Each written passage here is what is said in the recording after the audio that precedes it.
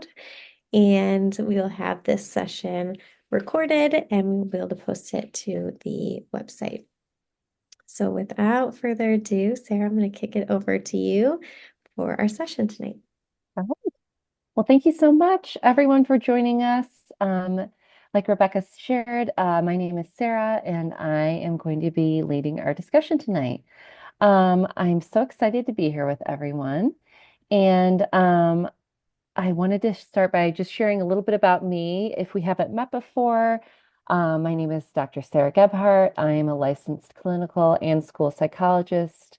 I've been with the district for quite a while now, 13 years, and I've worked in a variety of other settings, including therapeutic schools, hospital clinics, and private practice. I live in Chicago, which is where I am right now, with my partner Fred and our baby daughter Vera. And I love travel, reading, and trying out new chocolate recipes, in particular, but really any recipes. And so much of what I love is, however, doing my work. And a big part of what I love about my work is coming to Glenview every day and getting to work with all the amazing students, staff, and families that are here in district with us. Today, what I want to share about are why do emotions matter? How do we support healthy emotional development at school here in District 34? And how can parents use principles of restorative practices at home to help support your children in their emotional growth? And this will be more engaging and fun for everyone the more we are all actively participating. So anytime you see this icon here with the hands up sign, just know that that's an alert to let you know that we'll be doing an audience participation activity, nothing too intense. But just opportunities to connect with one another and learn, since I know it can feel like we're on a little island when we're doing these virtual presentation. So just inviting you to join anytime you see that icon. And like Rebecca shared, please feel free to put questions in the question or the chat section in your bar as well. So to begin with, let's take a second and do one of those audience participation activities. I'd like to do a little thing called Like Me, which is just an opportunity for us to notice what we might have in common with other people here. So anytime you hear a statement that is true for you, if you see the chat bar at the bottom of your screen, just click on chat and type the word same in and send it. And keep an eye out, and you'll see that lots of us have shared connections here. So let's take a second and begin. So the first like me statement, I live in Glenview. If that is true for you, please type in the chat same, and let's see what responses we get. Anybody who lives in Glenview on the webinar? How about I work in Glenview? See some hands raised, so I'm wondering if maybe the Oh, okay. chat feature is not. Oh, Is the chat? Uh-oh.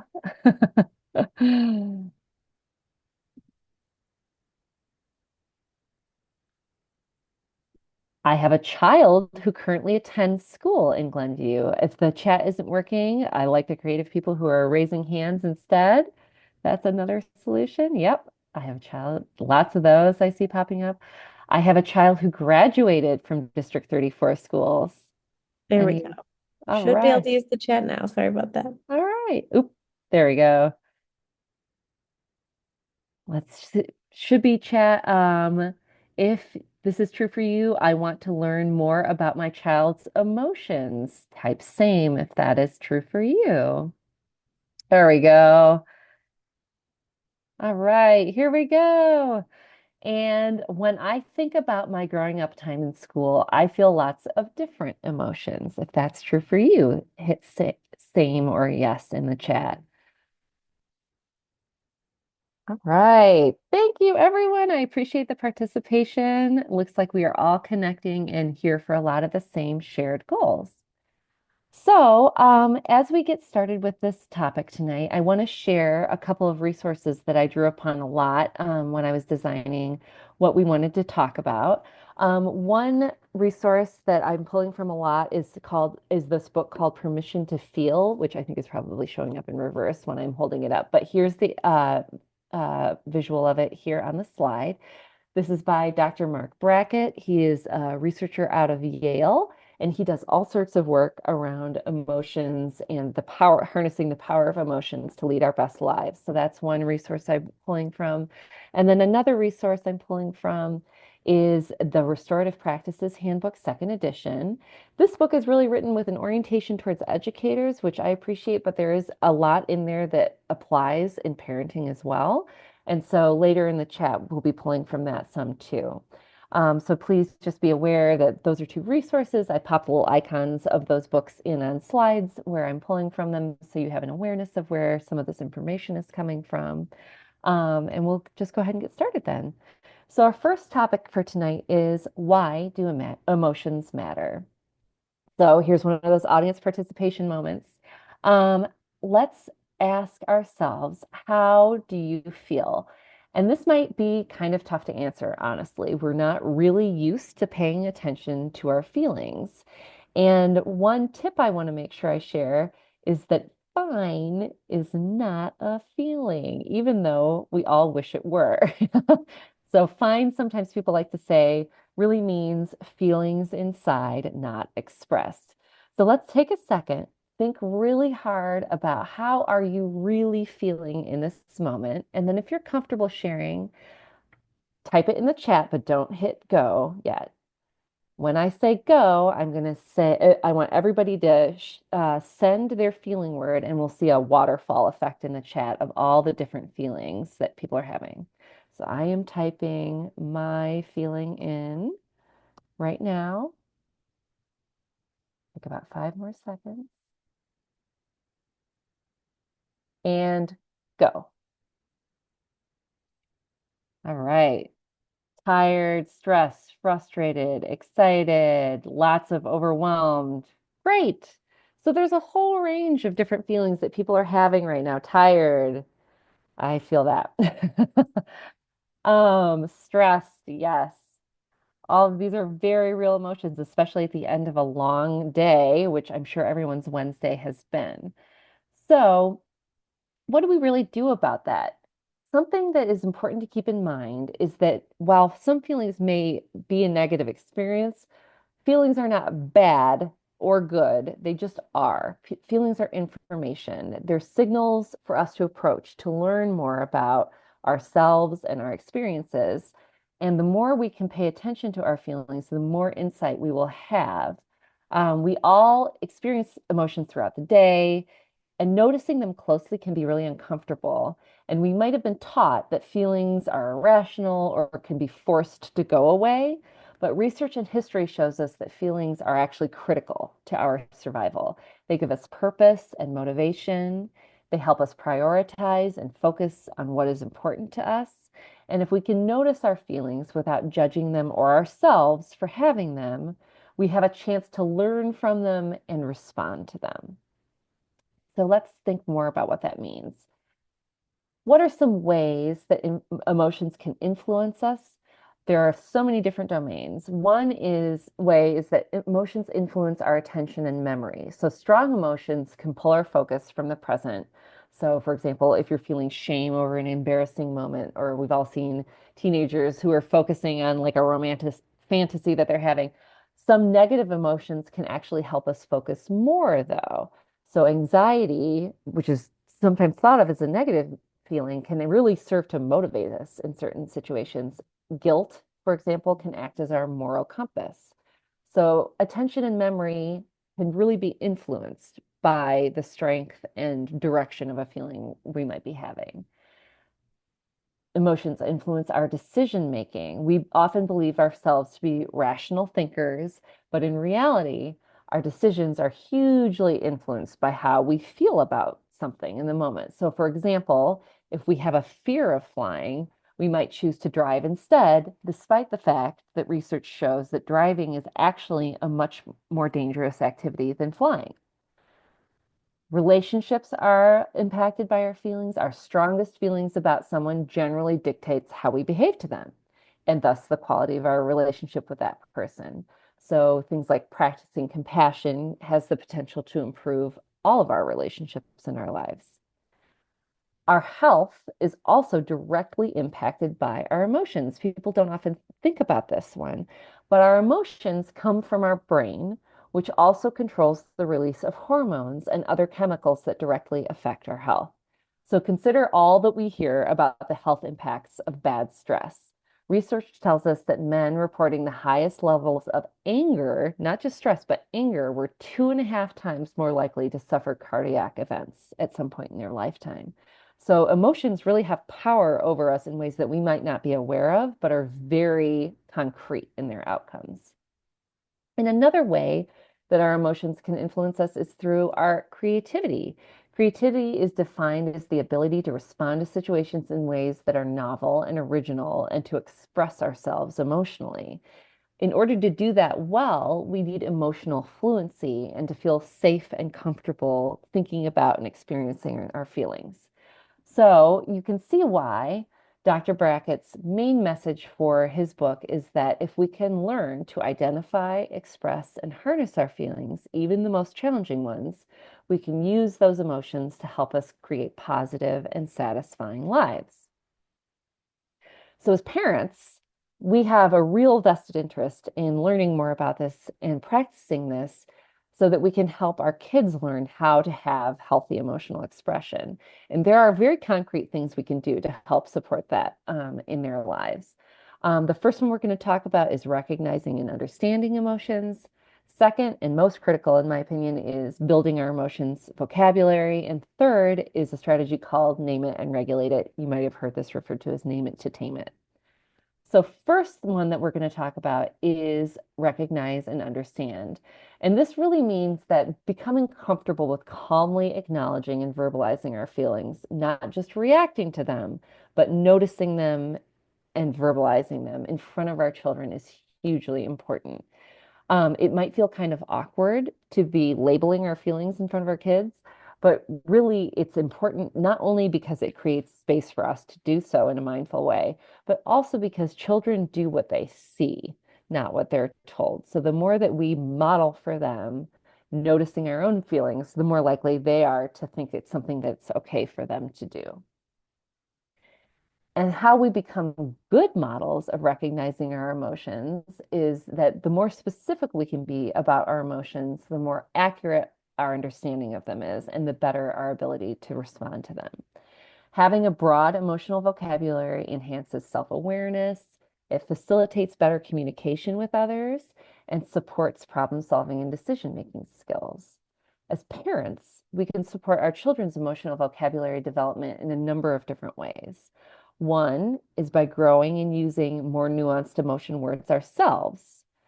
We can do that through reading and by using aids such as the emotions wheel pictured here on this slide. Using visual aids might feel kind of silly with our kids, but it's actually really nice to model for them that, hey, I don't actually have a bunch of emotion words right at my fingertips. Let's read this and think through and make decisions about what am I really exactly feeling in this moment. Another way that we can help grow our children's skill in this is by practicing identifying emotions in stories, in movies, or real life scenarios. So if you're reading a book together, or you're watching a show together, or watching a movie, or talking about it after you watch it, or talking about something that happened in your day or in their day, you can practice identifying, what do you think that character was feeling then? Or what do you think your friend was feeling right then? And really just encouraging our children to detail their own emotions and then responding with non-judgmental and empathic listening. So it's so hard as parents when our kids are sharing feelings, especially if they're experiencing a difficult feeling. Of course, our natural response is to want to rush in and kind of like fix the feeling. Um, and that's not really what we're talking about doing here. As much as we do want to comfort our children, a big piece of helping our children to become comfortable with sharing all of their emotions is by just listening and expressing understanding of feelings, even the more challenging ones. So that might sound something like, I understand you feel sad now, or that made you feel angry, or that was stressful for you, and just echoing back to them their feelings so that they know that we are listening and really truly seeking to understand them in that moment. And then finally, name it and regulate it is the last strategy. Sometimes people refer to this as name it to tame it. And this is really talking about, well, what do we do after we recognize a feeling and name it well? Sometimes that alone is enough to kind of take the air out of the feeling and start to lower our emotional temperature. Other times we have to actively take steps to regulate ourselves. When we say the word regulate, we don't mean to get rid of a feeling or move forward like you're not experiencing the feeling. What we're really talking about is acknowledging a feeling and then moving from reacting to it without thinking to responding with intention. So pausing before we respond to that feeling. Strategies for how we do this when we're experiencing an uncomfortable emotion are really limitless. And one of them that we talk about with kids all the time might be called co-regulation. You might have heard that word. Co-regulation really just means asking for help in responding to an emotion. And I just want to put it out there, that's not just for kids. Grown-ups need to ask for help in regulating all the time. Anytime you have been experiencing something hard and phoned your mom or phoned a friend or phoned a sibling to talk it through, you are seeking co-regulation. And it's helpful to start thinking about that as you're doing it. So, feeling if something, pausing, and then responding instead of reacting sounds pretty straightforward and simple in theory. But depending on the intensity of the stressful situation and the feelings that it's provoking, it can be really difficult to actually do this. And a lot of us are better at it than we think we are. We're just not used to describing how we're responding to things as regulating. So for example, I'm sure many of us can think of a time when we've received a text or an email that really, really upset us. I know I can think about it those times. And I know often I will very quickly write a response that shares exactly what I think. And then sometimes, not every time, but sometimes I take a pause and I just don't send it right away. I've said what I need to say, but I just don't send it. And usually, if I even give myself about 5 minutes before hitting that send button, I end up reconsidering my first response and write something that is more problem solving or thoughtful in nature rather than something that is likely to escalate the problem. And so the more that we practice the pause and explicitly model this for our kids, even if it feels silly, saying like out loud as this is happening to your child, like, ah, so and so sent me this text and I'm so annoyed. I just wrote what I want to say, but I'm going to wait to hit send to make sure that's really what I want to send and really what I want to say. I'm going to come back to this after I go get a drink of water. Narrating that out loud might feel kind of silly, and it's really helpful in the end for children, especially our younger children, because the more they see us doing that and understand our choices in the moment, the more likely they are to do the same thing when they're experiencing a challenging emotion. So let's take a second and think about this for ourselves. My question to you is, how do you deal with how you feel? When we stop to think about it, we all have ways that we cope with uncomfortable feelings. Otherwise, we wouldn't be able to sustain relationships and hold down jobs, and we're all doing those things. So some ways that we cope are helpful, some might be less so. No one is perfect or responds well all the time, but we all have strategies that we use, even if we don't really think about it in that way. So let's imagine a scenario. Say you're stuck in the car line dropping your kid off at school. It's raining, the cars are barely moving, you're running late for work, your boss is texting you. How are you feeling? And then what do you do about it? Let's take a moment, think about that scenario, and when I say go, type one strategy you might use in the chat and then we'll see a waterfall again of those responses. So let's take a second, think through, what would I do if I were stuck in that car line? And then we will share that chat. Everybody thinking? I know I'm going to turn to type my strategy. And and go. Let's see what you guys do. Oh, I'm seeing a lot of deep breaths. Oh, somebody else, same as me, turning on the radio, turning on some music, practicing breathing. Excellent. So everybody has some ways that you know how to cope. Talking about them so your kid knows that you're doing them is a hugely powerful step that will have implications for them. And this leads to my next topic, well, because the same thing applies at school. As educators, we are always thinking about how are we teaching our kids? How are we modeling for our students? And really keeping that, supporting their healthy emotional development at school in mind throughout our day. So I would like to just share with you all a few ways that we do this in Glenview 34. Before I begin that, though, I just want to take a second to share another quote from Dr. Brackett. And that is that emotions matter and they matter a great deal in school.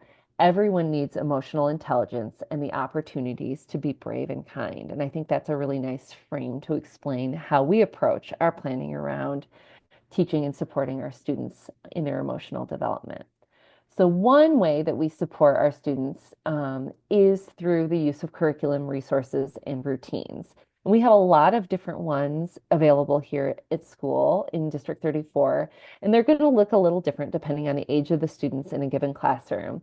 But some of the common ones that you'll know are Second Step, that's our SEL curriculum. They have a unit on emotion regulation at every grade level. So students that are with us all through pre-K through eighth grade get this type of instruction targeted to their appropriate developmental level every year. Um, some students are taught the zones of regulation, which is just another method for identifying feelings without necessarily using feeling words. Some of our younger students and students with differences in communication find it easier to identify a feeling zone with colors while they're still learning their emotion words. We have SEL check-ins that happen in lots of different contexts. So that's really just opportunities for students to stop, think about how they're feeling, share with their teachers and other educators if they need something in that moment. At our K-5 buildings, we have a routine called a soft start. And that is just a really nice way to start our day, easing into it, that provides lots of opportunities for those social connections, exploring materials, applying, learning, and getting that social connection with teachers as well. And then, particularly at our middle schools, we have some practices around sharing circles and having restorative conversations as a routine that happens pretty regularly. And that is from our restorative practices mindset that those are coming from. We also have space resources available in our district. So many classrooms have calm corners that are built in. Those are spaces where students can go electively when they are feeling overwhelmed. And there are usually some resources there like fidget tools, breathing resources, and other things that they can help use to regulate themselves and get ready to return to learning. We also have movement rooms in many of our buildings. We have active calming centers. So many of our calm corners really have kind of quieting activities, but sometimes students need movement to get themselves ready to learn. So we have things like wall push-ups and obstacle courses and all sorts of different ways to help students get that energy out and get ready for learning. And we also have Zen dens in our middle schools, which are spaces a little more removed from the classroom where students can go to regulate and get support in different ways. And that also brings us to our biggest resource that we have for supporting our students' emotional growth, which of course is our human resources. Our primary human resource in our schools are our teachers. They know our students so well. They care so deeply about our students. And that's who your kids are with most of their day. So that's our biggest resource. And we want you to know that there are lots of other people in the building all the time too who are always ready and eager to support your students emotionally. Those people include our administrators who are always out and about, social workers in every building, psychologists in every building, other support staff, including resource teachers. And then at our middle schools, we also have two additional programs. One is called ALOP, and those are student advocates that are specially assigned to those middle schools, as well as our student resource officers at our middle schools who are pictured here.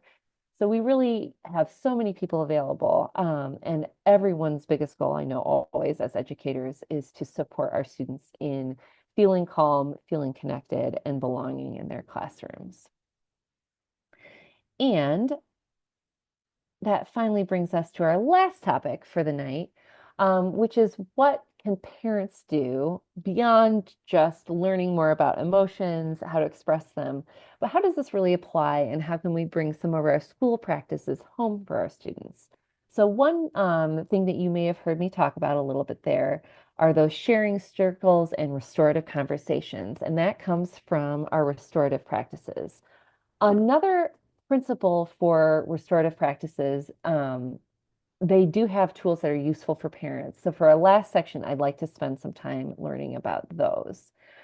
Restorative practices refers to a philosophy that rests on the assumption that, to quote the International Institute for Restorative Practices, all people, including children, are happier, more cooperative, more productive, and more likely to make positive changes in their behavior when the persons in authority do things with them rather than to them or for them. Restorative practices help us build strong and resilient relationships with our children. Restorative practices help us identify the root causes of behavior, and they help us identify strategies to change negative behavior.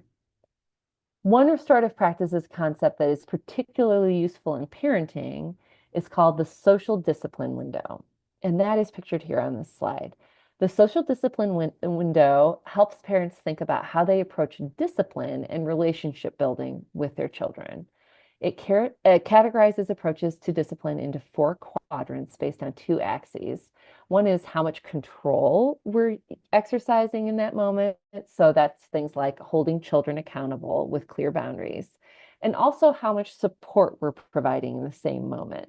So really, how much nurturing and encouragement of growth are we doing at the same time? Now, all four types of discipline can be useful in different ways and at different times, and we're going to talk more about that soon. But I'd like to start by highlighting that the with quadrant is the approach that aligns most with a restorative philosophy. And this can be really useful in situations where parents want to foster both accountability while maintaining a supportive and nurturing relationship. So the with responses maintain a really high degree of parental control by communicating fair and consistent expectations while also delivering high support through the use of dialogue and empathic listening. So events like dealing with conflict or rule breaking are common times that a with approach might be used. It's not appropriate in every context, but those are times where it really can be helpful. So parents can approach their child with a reminder of the expectation. So for example, something like here at home, it's your job to unload the dishwasher on weeknights. And then follow that up with restorative questions that involve the child in sharing their perspective on what happened. So for example, what's your take on why the dishes didn't get done? And then you can create a plan with the child to stop it from happening again. So asking them something like, what can you do differently next time to make sure that you remember that it's your job to unload the dishwasher here at home on weeknights? So some other examples of restorative questions that parents can use when trying out a with approach might be what happened from your perspective, who has been affected by this, and what do you think needs to happen to make things right? By practicing this balance of structure and empathy together, parents might experience positives such as encouraging mutual respect and trust, promoting personal accountability and problem solving, and creating a positive and cooperative home environment. So, given these really nice sounding outcomes, it might be tempting to feel like we should use the with frame all the time, right? However, that is neither practical nor is it possible, right? As much as we might wish it is. Another goal instead might be to keep the with frame in mind as something that you can always shift towards, even if you very reasonably have to start in another quadrant. So let's take a look at what each approach involves and when they might be applied and how we can shift towards that with in lots of different ways. So the first quadrant we're going to look at is the two approach. This approach is generally not ideal for building strong relationships or fostering accountability because it has the potential to create fear and resentment in children because it's really high in control, right? But when might it be the best approach? And the answer to that is in situations where immediate safety threats are at hand or where really strict boundaries must be enforced. So, an example of this might be your toddler tries to run into a busy street. In this case, you are probably going to respond by grabbing their arm firmly and saying, "Stop, you need to not run into the street. It's dangerous," right? The child's safety is the priority, and there is not time for explanation or dialogue in the moment. High control ensures that the child immediately stops the dangerous behavior and understands that they have to, right? So in that case, two is a very appropriate approach. However, after addressing the immediate situation and after everybody's calmed down, you can later follow up with a with approach to help the child feel reassured that you're not angry with them and explain why the behavior was dangerous. So that might sound something like, I know you wanted to get to the playground quickly, but running into the street is very dangerous because cars can't stop fast enough. Let's practice holding hands and looking both ways before crossing the street. So by starting with two, very appropriate in the moment, you got to keep your kids safe, right? You can return to that with quadrant though later once everybody's calm and available for that learning piece. Another quadrant that we want to talk about is the not quadrant. So that's low control and low support. So really pretty hands-off approach, right?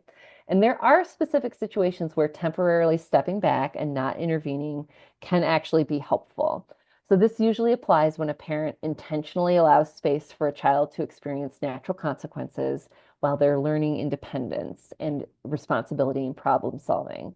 So using the not approach should really be applied intentionally as possible and applied selectively in low stakes situations as a tool for teaching self-reliance while ensuring that the child feels supported afterwards. So a scenario where this might work is if your child, once again, has forgotten to pack their lunch or take it to school despite multiple reminders that you've given them.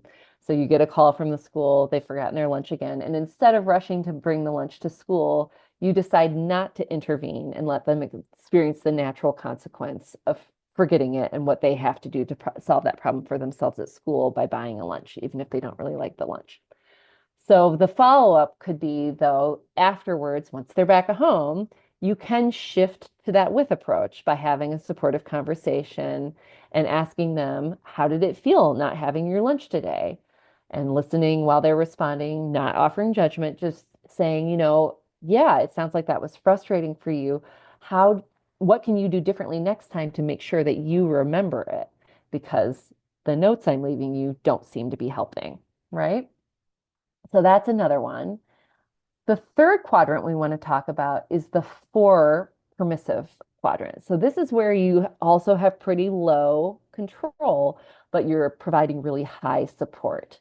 And there are various situations where stepping in to support or help a child without expecting immediate accountability can be both appropriate and very helpful.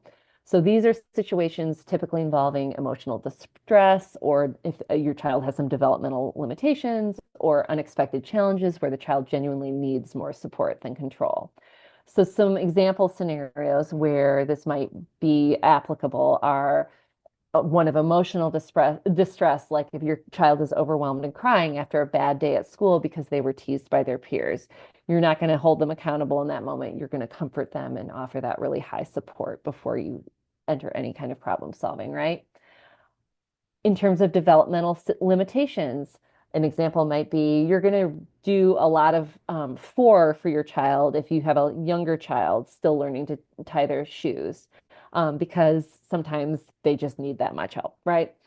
And then another time you might use a for approach are times of really unforeseen challenges. So you might need to step in and help complete part of a school project for an older child if an illness or another emergency left them unable to finish it on time, and you know that there is no flexibility with the deadline, right? So there definitely are times where this is really an important tool to provide much needed support and reinforce trust in your child's relationship with you. However, over-reliance on four can unfortunately gradually undermine a child's independence, even though that would never be our intention. So it can be helpful to remember that transitioning to the with quadrant after an appropriate interval can help to make sure that your child also develops the resilience and problem-solving skills that will support their independence while not losing any of that supportive feeling that they're getting from you. And then finally, that with quadrant is that fourth quadrant. And this is that approach where you have both high expectations and really high support. This approach fosters accountability, strengthens relationship, and helps children develop problem-solving skills. And it's particularly useful in situations where learning, growth, or repair is the goal. So some example scenarios might be, one is your child forgets to feed the family pet despite it being their responsibility, and the pet is obviously hungry at this point. So instead of scolding them like you would if you were using a two approach, ignoring it like you would if you were using the not approach, or doing it yourself, which would be the four approach, you could address the issue collaboratively, which is the with approach. And that might look something like you saying, "Hey, I noticed the dog's bowl is empty and it's your job to feed them. Can we talk about what happened?" And the child might say, "I forgot, I was playing with my friends." And you could respond by saying, "I understand that playing is fun, but part of being responsible is making sure the dog is taken care of. What can you do to make sure this doesn't happen again?" So it's still pretty streamlined, still pretty quick, but you're holding the child accountable and empathizing with the situation that, yes, it's easy to forget things when we're having fun with our friends, and you still need to follow through. Another situation where this might be applicable could be something like sibling conflicts. If siblings are fighting, you could use the with approach to mediate a discussion where each child can share their perspective and then guide them to work together to resolve the issue. Or sometimes kids need some support in making amends with a friend. So if your child accidentally hurt a friend's feelings, you can involve them in brainstorming how to best apologize and repair the relationship rather than imposing a punishment or excusing the behavior, right? So this is a lot, but I would like for us to think about this because there are no right or wrongs. Hopefully that was clear in my message. Every one of these approaches has a time and a place, can be very important and useful parenting tools, and everybody has their own style, and those are all okay. But now that we've learned more about the social discipline quadrants look like and when they might each be useful, let's see how we might all naturally respond when faced with a parenting challenge. So I'm going to present a few parenting scenarios, and then Rebecca is going to put up a poll, which is anonymous, and with some possible responses, how you might respond to a given scenario. Each response will represent a different quadrant from the social discipline window. Please select whatever response feels most appropriate to you. There are no right or wrong answers. Every parent and child have their own dynamic and needs. This is just to learn more about how we tend to orient ourselves in our parenting styles and to consider if there are other responses that we might want to try out. I suspect that we're going to see every quadrant will be picked by some audience members every single time. So let's get started. Our first scenario is your child refuses to do homework. So Rebecca, can we launch that? Okay, we've got the poll up. Rebecca, can you see the responses coming in? Or I'll give about 30 more seconds to consider them. One is, if you don't finish your homework right now, you're losing screen time for the rest of the week. The next is, coming in now. they're coming in. Okay. And the next is, fine, don't do it. It's your responsibility, not mine. Third is, okay, I'll help you with it or even do part of it for you so you don't fall behind. And fourth is, I see you're having a hard time. Can we talk about what's making it difficult? Let's figure out a plan together so you can get it done. Give about 10 more seconds.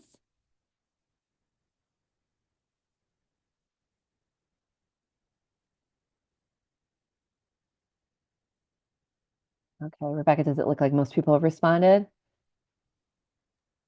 We have about 16.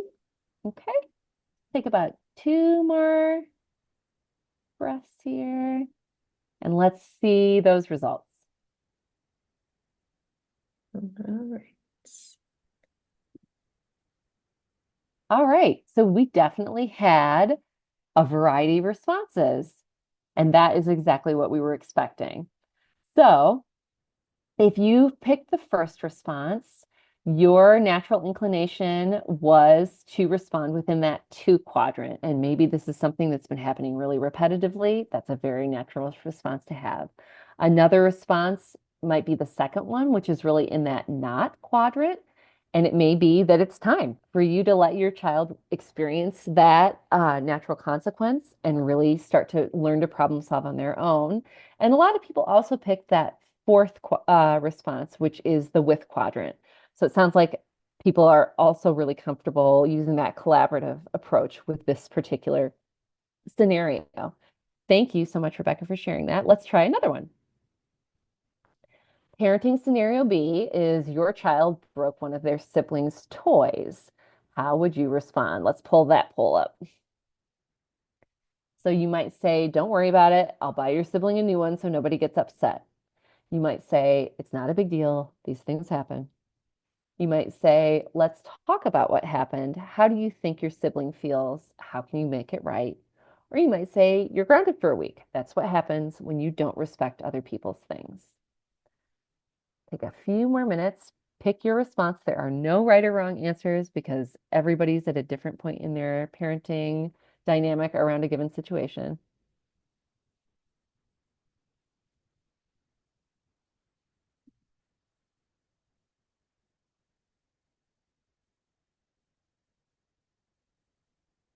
Rebecca, does it look like most people have responded?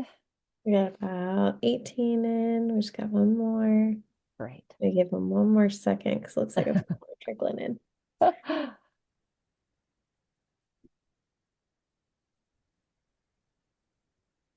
All right, we got up to 21. All right, let's see how those fell out on this one. All right, all four were picked this time. That's awesome. All right, so some of you might say, don't worry about it. I'll buy your sibling a new one so no one gets upset. Perfectly fair response, right? And that's in that four quadrant. You are focused on really just making your child feel supported in that moment, which is wonderful. Some of us might say it's not a big deal. These things happen. It might really not be a big deal in your household, and that's okay too. Some of you chose that let's talk about what happened, which is the with one. You're using that collaborative approach. And some of you picked you're grounded. That's what happens when you don't respect other things. Maybe this is a really repetitive issue and it's time for them to understand the consequences in a different way. That is great. All right, we've got one more. I wonder if we're going to get all four quadrants again to this one. So parenting scenario C is your teen misses curfew. Rebecca, let's pull that poll up. All right, how would you respond? One choice is I just don't have the energy to deal with this right now. Be more careful next time. You might say, second, I'm disappointed you missed curfew. Let's talk about what happened, why it's important to stick to the rules, and how we can avoid this in the future. You might say, third, that's it. No going out on the weekend. You've broken the rules and you've faced the consequences. And fourth, you might say, it's okay. I understand that you're busy. Don't worry about the curfew. I'll just trust you more next time.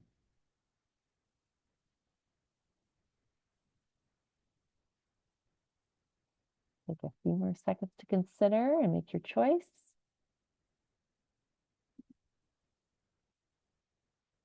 All right, Rebecca, how are the responses looking on this one? We got about 19. All right, take a couple more seconds to consider.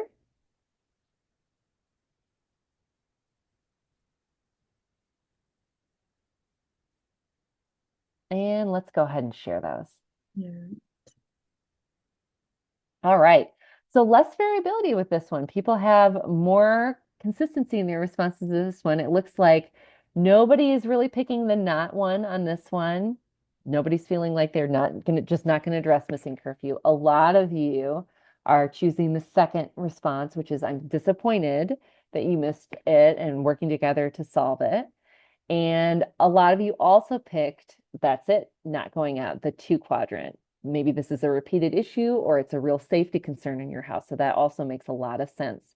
And nobody picked the 4 one on this one, which is totally okay. This is not a moment where you're wanting your child to exclusively feel supported. This is a really important boundary that you are all wanting to hold with your child. And that makes total sense given the nature of curfews, right?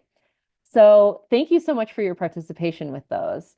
I really enjoy thinking through all of this. There's so many different factors that go into choosing our responses in a given parenting scenario. Hopefully, this just gives you a little bit of a framework for thinking about it and considering different responses in different ways. So, as we conclude tonight, I just really want to invite you to think about any instincts or patterns that you noticed when you were responding to the scenarios and reflect on these 2 questions.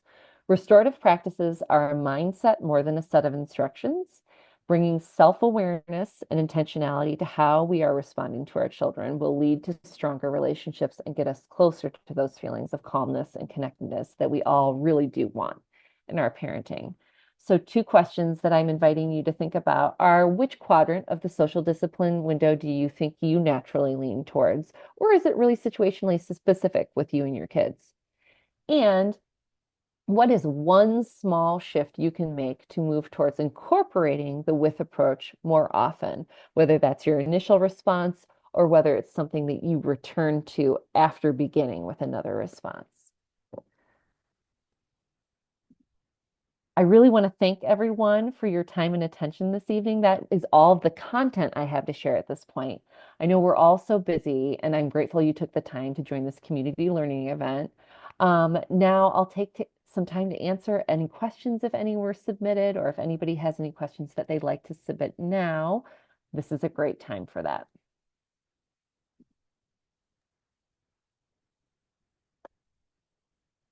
Rebecca, I'm not sure if any questions were received.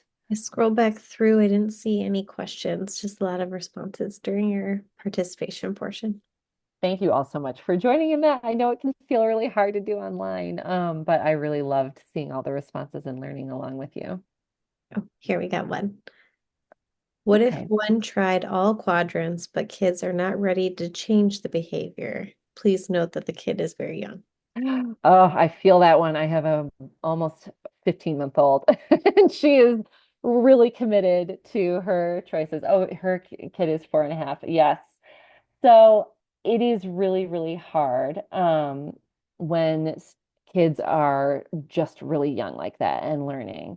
And I would say that one thing that's important to keep in mind is that problem solving once is just the beginning of the process, especially with younger kids.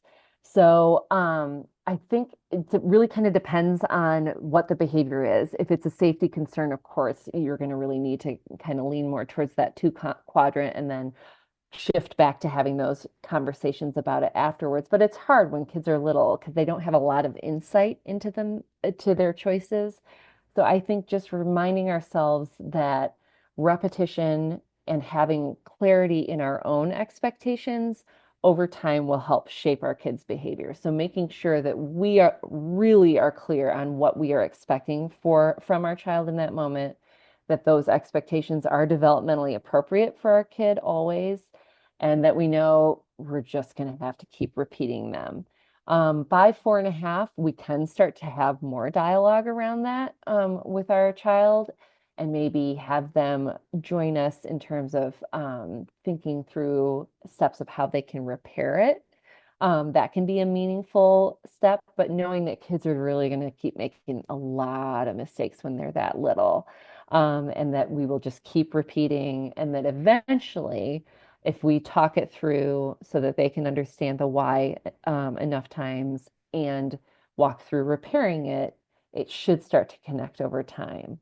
But using things like visuals, especially with our little kids too, can be helpful. So we're not always just providing verbal reminders. Visual reminders are another really powerful strategy with those to kind of pair along with that with or 2 quadrant, depending on the intensity of the situation.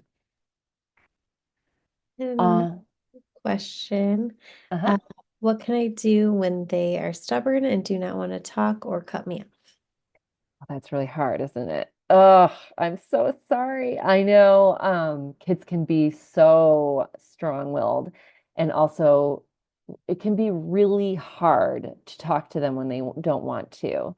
And I think something that's helpful for me when I'm approaching those types of situations is that usually when kids are shutting down that hard, sometimes what's underlying that might be a feeling of embarrassment or shame on their part, that could really be underneath that and considering that.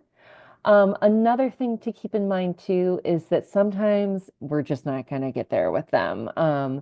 Sometimes all you can do is really model for them, that you are doing your best to take their perspective, even if they're not sharing it with you in the moment. So you can say things like, I can see that you feel really strongly about this, and I can see that it's making you really uncomfortable to talk about this.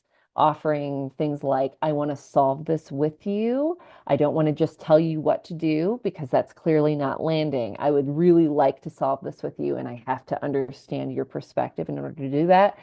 You let me know when you're ready to share that with me so that we can come up with a solution together. But just knowing too that it might take some time, and kids are more likely to be able to engage in those conversations after they get a little bit of distance from whatever the upsetting event was. So really making sure that we've taken time to like cool down from the emotion, and that we are genuinely calm when we're approaching those conversations with them ourselves increases the likelihood that you're going to have success. But ultimately, sometimes kids just really are uncomfortable. And I also just want to say there's no shame in seeking help in those situations, whether that's a fellow parent, if you have a trusted aunt or uncle that they might be more willing to talk to, seeking partnership with a teacher at school, talking around things. You just never know who a kid might be more likely to open up to in that moment. And it's no judgment on you if, as the mom, right, in those situations, sometimes kids just really don't want to talk to us because we're so close to them. It can be really helpful to bring in some support around that as well. Um, I see some other questions, but hopefully these are getting it. You absolutely may contact me via email with questions. Please do. I'm delighted to respond anytime. If there are no other questions coming in, I just want to say thank you so much to everyone for taking the time tonight to talk with me. And I'll look forward to connecting with you again in the future in District 34.